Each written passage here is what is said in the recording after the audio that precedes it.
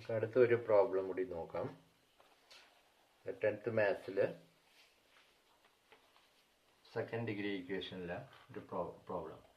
9 added to the product of two consecutive multiple of 6 gives 7 to 9.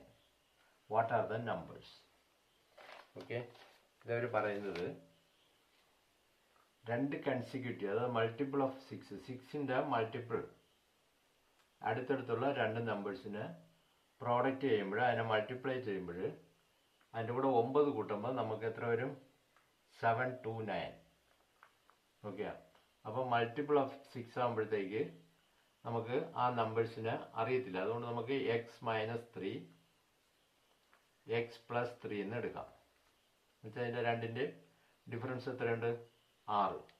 Minus എക്സിന്ന് minus ഇങ്ങോട്ട് പോകും, X അങ്ങോട്ട് 3 കൂട്ടും. അപ്പോൾ 3 3 6 അതിൻ്റെ ഡിഫറൻസ് മൾട്ടിപ്പിൾ. അപ്പോൾ ഇതെടുക്കുന്നു. ഇതിൻ്റെ കൂടെ 9 ആഡ് ചെയ്യുമ്പോഴാണ് 7 to 9 വരുന്നത്. അപ്പോൾ 7 to 9 minus 9 equal to 7 to 0. ഈ രണ്ടിനെയും പ്രോഡക്റ്റ് ചെയ്യുന്നു. x-3 എന്നുള്ള ഒരു നമ്പർ, അതിനെയും x+3 ചെയ്യുമ്പോൾ അതിൻ്റെ കൂടെ 9 കൂട്ടുമ്പോഴാണ് 7 to 9 വരുന്നത്. അപ്പോൾ 9 കുറച്ചാൽ 7 to 0. ഓക്കെ, ഇത് അതേ ഫോർമുല a² - b²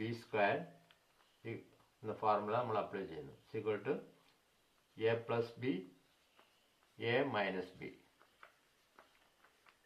ഈ ഫോർമുല അപ്ലൈ ചെയ്യുമ്പോൾ ഇതിനെങ്ങനെ എഴുതാം? x² - 3² that is equal to 720. ഇപ്പോൾ x² ഇവിടെ വെച്ചിട്ട് 3² എന്ന് പറയുന്നത് 9, 720 ഇവിടെ -9 വരും. -9 അങ്ങേ സൈഡ് പോകുമ്പോൾ +9. that is equal to 729 x². therefore x equal to root of 729. that is equal to 27. അപ്പോൾ എക്സ് വാല്യൂ 27. അപ്പോൾ ഒരു നമ്പർ എത്രയായിരിക്കും? x-3. x-3 is equal to 27 - 3 is equal to 24.